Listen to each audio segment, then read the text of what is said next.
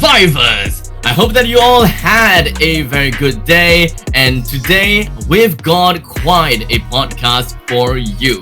My name is Abstract, and I am a Free Fire Europe caster, and if you have been tuning into Free Fire Pro League and any, European style tournament within Free Fire, you may have heard of me alongside with Tom Pickering and many other casters out there as well. I've got a fair share of experience. I've been in the stage for the Free Fire World Series as well, so it was a great time, and it was also a really big tournament, so a really huge shout out over to Garena. But today I'm gonna be in a completely different region, as you guys can probably see, because this is, after all, gonna be a podcast for the Free Fire EMEA Invitational, which will be happening on the 20th to 27th November 2021. I'm stoked about this because we've got quite something for you, and I will have to introduce to you guys one of the very staple casters. You guys have definitely heard of him before, the one and only. Of course, we have Makaveli. Hi survivors, this is Makaveli. I hope you are all well. Thank you very much, Abstract, for the wonderful introduction. Please go ahead. Now, thank you so much. I do want to take this time and address this one little change here. I believe that the format has shifted, at least for the Free Fire EMEA Invitationals. So, what do you have for us, Makaveli?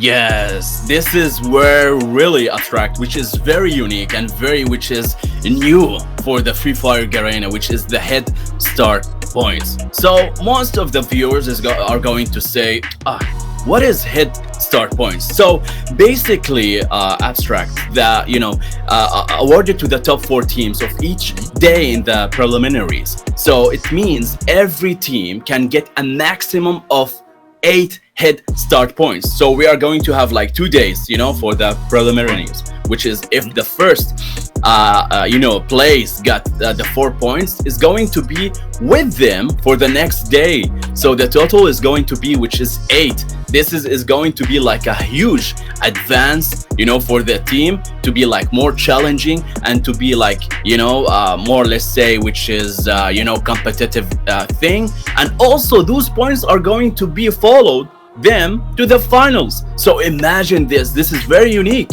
This is very awesome. Yes. Right. Definitely not something that I was expecting when it comes to rollover points. So this kind of begs the question, right?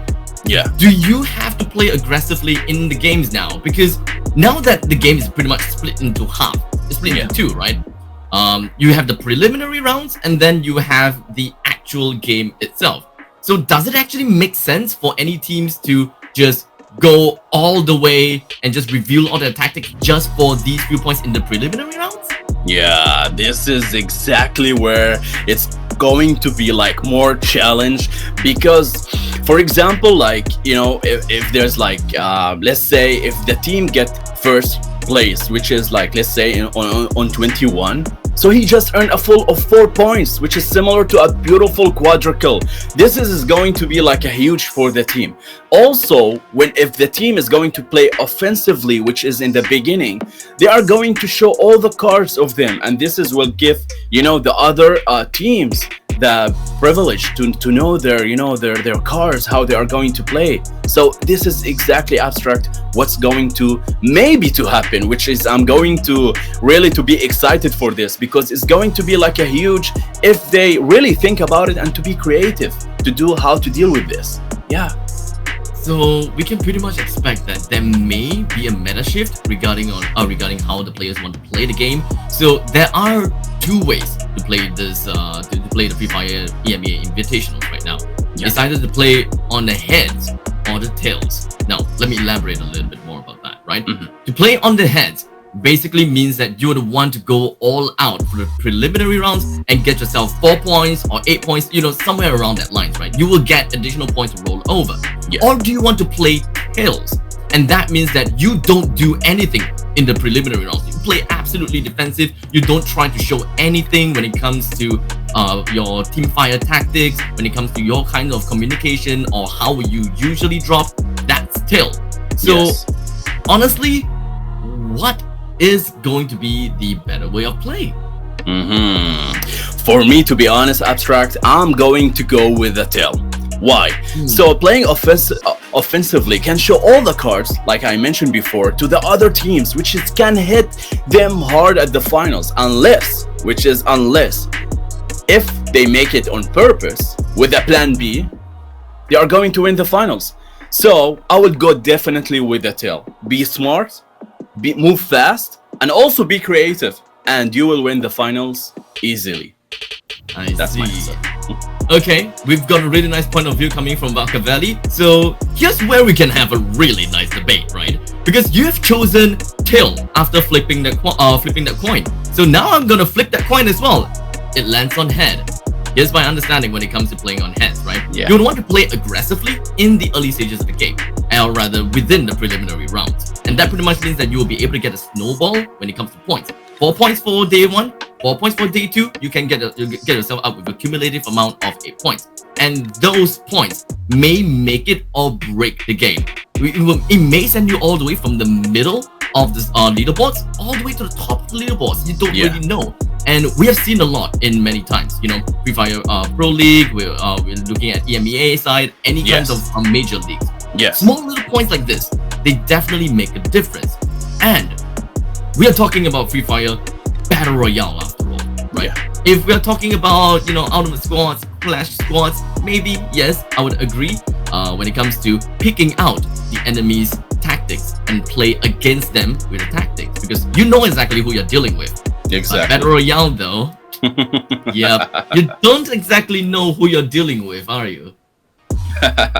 exactly, Abstract. So you are like mentioning about, you know, differences. Like, let's say, for example, I'm going to say which is I represent, which is MENA.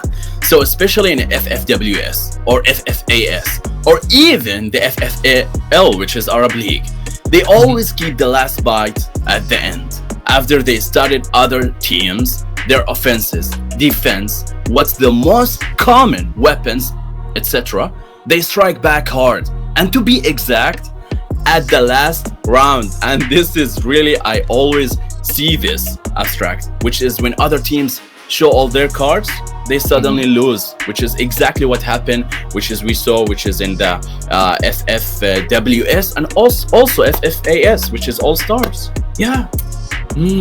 Okay. So there are definitely some points of entry when it comes to tactics as well, at least for me, when it comes to FFPL, or rather in the European side, right? We don't really see much of a change in terms of playstyle. When we're looking at Team A, they'll always play a certain way.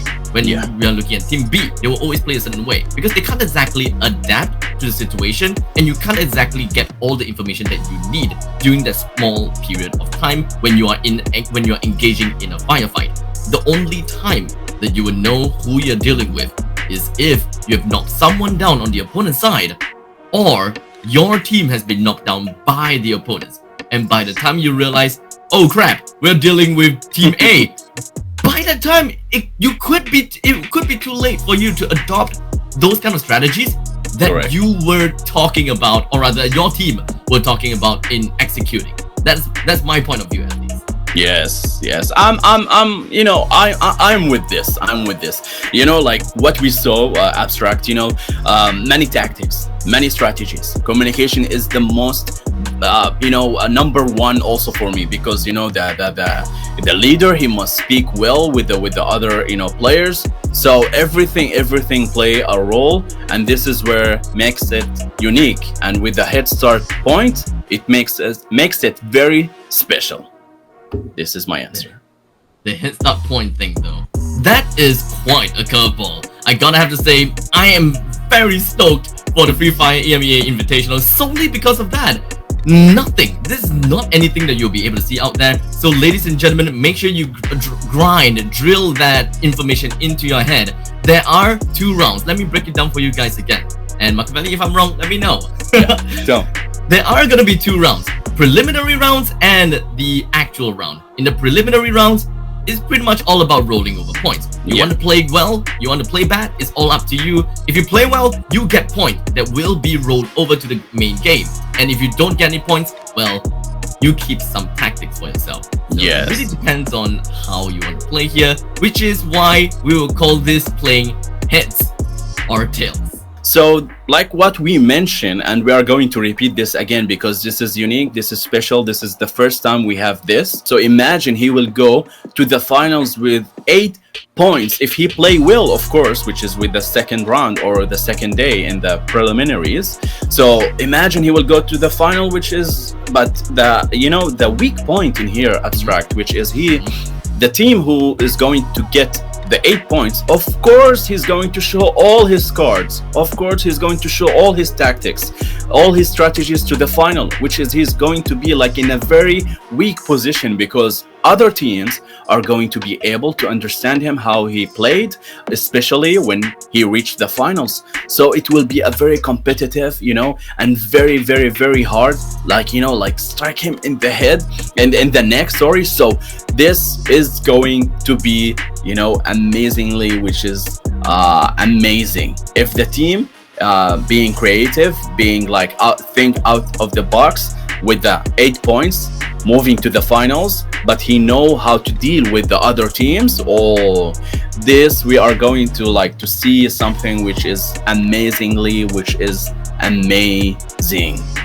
Yes. Well, speaking of amazing, I'm pretty sure that all of the players out there are looking at this amazing graphics as well, because I'm pretty sure that the graphics have appeared somewhere before, and let you guys understand more about the format with this graphic. So no problem if you can't catch up with us. We've got that. We've got you covered. And to set things straight, and I gotta have to say thank you so much over to Makaveli. You gave me quite a lot of insights, and it has been very entertaining, very supportive on that part. I gotta have to see though if whether getting 8 points is equals to throwing all of your tactics out and showing the ace in your sleeve. We gotta have to see how that is gonna go. So, exactly. Survivors, you gotta have to answer the question for yourself. Are you gonna be playing on the heads, or are you going to be playing onto the tails? Make sure you guys let us know. Now maybe don't let us know because you gotta keep those tricks in your sleeves, huh? But do let us know what you want to say in the comments. Do you agree with us? Do you agree with me? Or do you agree with Makaveli? Is heads better or is tails better? But in the end, which one you want to execute is all entirely up to yourself. This is only episode 1 of the podcast. We still have 2 more episodes to go. I'll tell you guys a little bit more as the time grows closer. But as a small little hint, podcast number 2 will feature a pro player. So if you want to find out more, make sure you hit the subscribe button. Make sure you like us, and also, make sure you like the video. Yes, just like it. Ring the bell so that you will be notified whenever a video comes up. And with that all said and done, my name is Abstract. With me here is Makaveli. Thank you. See you again soon, survivors.